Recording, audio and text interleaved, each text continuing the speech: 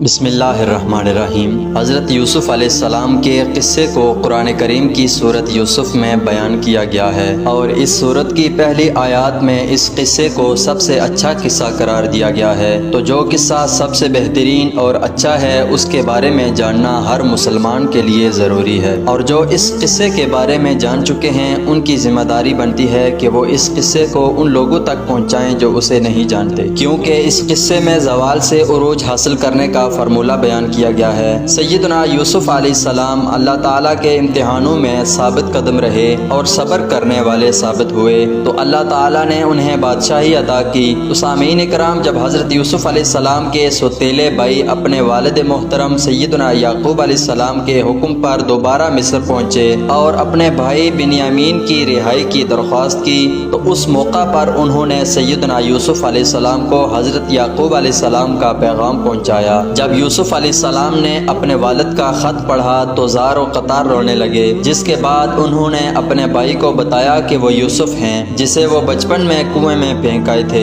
یہ سن کر ان کے بھائیوں نے ان سے معافی مانگی، تو حضرت یوسف علیہ السلام نے انہیں معاف کر دیا اور اپنے بھائیوں سے کہا، تو اب تم لوگ میرا یہ کرتا لے کر گھر جاؤ اور ابا جان کے چہرہ پر ڈال دو، تو ان کی بینائی واپس آ جائے گی۔ تم سب لوگ سب گھر والوں کو ساتھ لے کر میرے پاس مصر آ جانا۔ یہ سن کر سیدنا یوسف علیہ السلام کا بڑا بھائی کہنے لگا کہ یہ کرتا میں لے کر جاؤں گا، کیونکہ سیدنا یوسف علیہ السلام کا بکری کے خون سے رنگا ہوا کرتا میں ہی لے کر گیا تھا، جس سے میرے باپ کو تکلیف ہوئی تھی۔ آج جب میں یہ کرتا لے کر جاؤں گا تو یقیناً وہ مجھ سے بہت خوش ہوں گے۔ یوسف علیہ السلام کا بڑا بھائی کرتا لے کر خوشی خوشی مصر سے کنعان کی طرف روانہ ہوا۔ حضرت یوسف علیہ السلام نے اپنے بھائیوں کے ساتھ اپنے والد اور سب خاندان کو لینے کے لیے 200 سواریاں بھی بھیجیں۔ سیدنا یوسف علیہ السلام کا بڑا بھائی یہودا جیسے ہی سیدنا یوسف علیہ السلام کا کرتا لے کر مصر سے کنعان کی طرف روانہ ہوا، تو ادھر کنعان میں سیدنا یعقوب علیہ السلام کو اپنے لخت جگر اور جان سے پیارے بیٹے حضرت یوسف علیہ السلام کی خوشبو محسوس ہوئی، تو انہوں نے اپنے پوتوں سے ان کا ذکر کیا۔ اس بات کو قرآن کریم میں اللہ تعالیٰ نے ان الفاظ میں بیان کیا ہے۔ اور جب قافلہ روانہ ہوا تو حضرت یعقوب علیہ السلام نے کہا کہ بے شک میں یوسف علیہ السلام کی بو پاتا ہوں، اگر تم مجھے دیوانہ نہ بناؤ۔ تو حضرت یعقوب علیہ السلام کے پوتوں نے کہا، تو آپ اب بھی اس پرانی سی بات پر پڑے ہوئے ہیں، بھلا کہاں یوسف اور کہاں ان کی خوشبو؟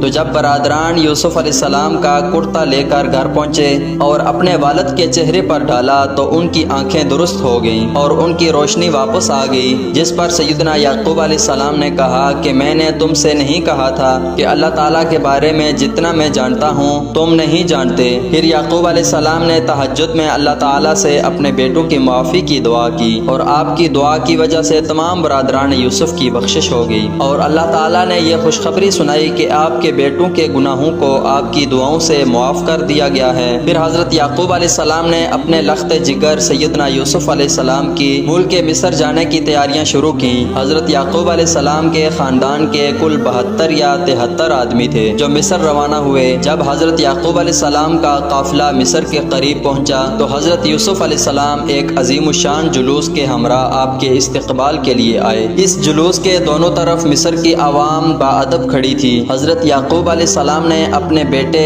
یہودا سے پوچھا، کیا فرعون مصر کا لشکر ہے؟ تو یہودا نے انہیں فرمایا، نہیں ابا حضور، یہ لشکر فرعون نہیں، یہ آپ کے بیٹے سیدنا یوسف علیہ السلام کا لشکر ہے جو آپ کے استقبال کے لیے آیا ہوا ہے۔ سیدنا یعقوب علیہ السلام اس بات پر حیران ہوئے، تو اتنے میں حضرت جبرائیل علیہ السلام تشریف لے آئے، اور آپ نے سیدنا یعقوب علیہ السلام سے فرمایا کہ اے اللہ عز و جل کے نبی، ذرا سر اٹھا کر آسمان کی طرف بھی دیکھیں، آپ کی خوشی میں شرکت کے لیے فرشتوں کا جمع غفیر بھی حاضر ہے، اور ان میں وہ فرشتے بھی شامل ہیں جو آپ کے غم میں آپ کے ساتھ روتے رہے۔ اس کے بعد سیدنا یعقوب علیہ السلام اپنے فرزند حضرت یوسف علیہ السلام سے ملے۔ 40 سال بعد ہونے والی اس ملاقات نے باپ بیٹے کو آپ دیدہ کر دیا۔ دونوں دیر تک ایک دوسرے کے گلے لگے رہے۔ پھر حضرت یوسف علیہ السلام اپنے خاندان کو لے کر اپنے دربار میں پہنچے اور سیدنا یعقوب علیہ السلام کو سہارا دے کر اپنے تخت شاہی پر بٹھایا، اور ان کے ارد گرد آپ کے 11 بھائی اور آپ کی سوتیلی ماں بھی بیٹھ گئی۔ اس کے بعد شاہی آداب کے احترام میں سب نے سیدنا یوسف علیہ السلام کے سامنے سجدہ کیا۔ تفسیر یوسف میں لکھا ہے کہ یہ سجدہ تحید تھا، جو کہ اس وقت جائز تھا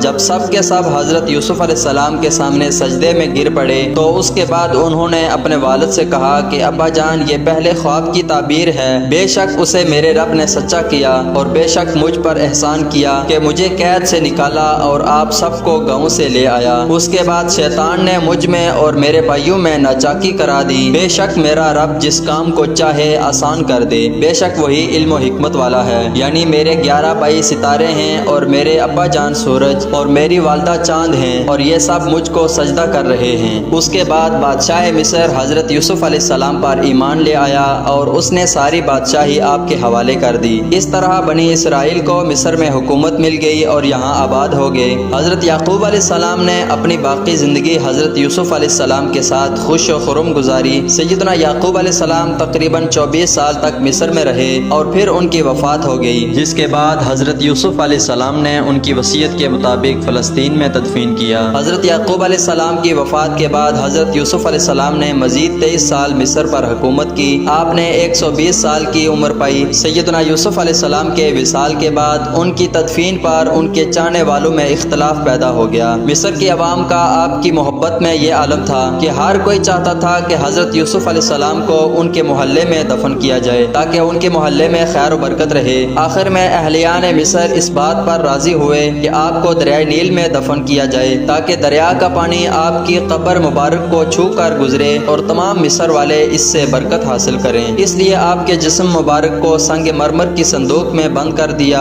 اور دریائے نیل میں دفن کر دیا گیا۔ پھر 400 سال بعد حضرت موسیٰ علیہ السلام کے زمانے میں جب اللہ تعالیٰ نے بنی اسرائیل کو حضرت موسیٰ کی قیادت میں مصر چھوڑنے کا حکم دیا تو سیدنا موسیٰ علیہ السلام کو حضرت یوسف علیہ السلام کی میت بھی اپنے ساتھ لے جانے کا حکم دیا، جس پر حضرت موسیٰ علیہ السلام ان کا تابوت دریائے نیل سے نکال کر اپنے ساتھ فلسطین لے گئے، جہاں سیدنا یوسف علیہ السلام کے تابوت کو حضرت اسحاق علیہ السلام اور حضرت یعقوب علیہ السلام کے برابر میں دفن کیا گیا۔ اس وقت آپ کا مزار مبارک فلسطین میں ہے۔ یہ تھا وہ قصہ جس کو اللہ تعالیٰ نے احسن القصص کہا ہے۔ بے شک اس قصے میں تمام انسانوں اور بالخصوص مسلمانوں کے لیے بڑا سبق اور عبرت ہے۔ اللہ عز و جل سے دعا ہے کہ ہم سب کو دین سیکھنے اور سکھانے کی توفیق عطا فرمائے۔ ہماری آپ سے التماس ہے کہ اگر آپ چینل پر نئے ہیں تو ہمارے چینل کو سبسکرائب کریں اور اس سبق آموز ویڈیو کو اپنے دوستوں کے ساتھ ضرور شیئر کریں۔ اللہ تعالیٰ آپ کا حامی و ناصر ہو۔ ملتے ہیں نیکسٹ اسی طرح کی ایک اور معلوماتی ویڈیو کے ساتھ، تب تک کے لیے اللہ حافظ۔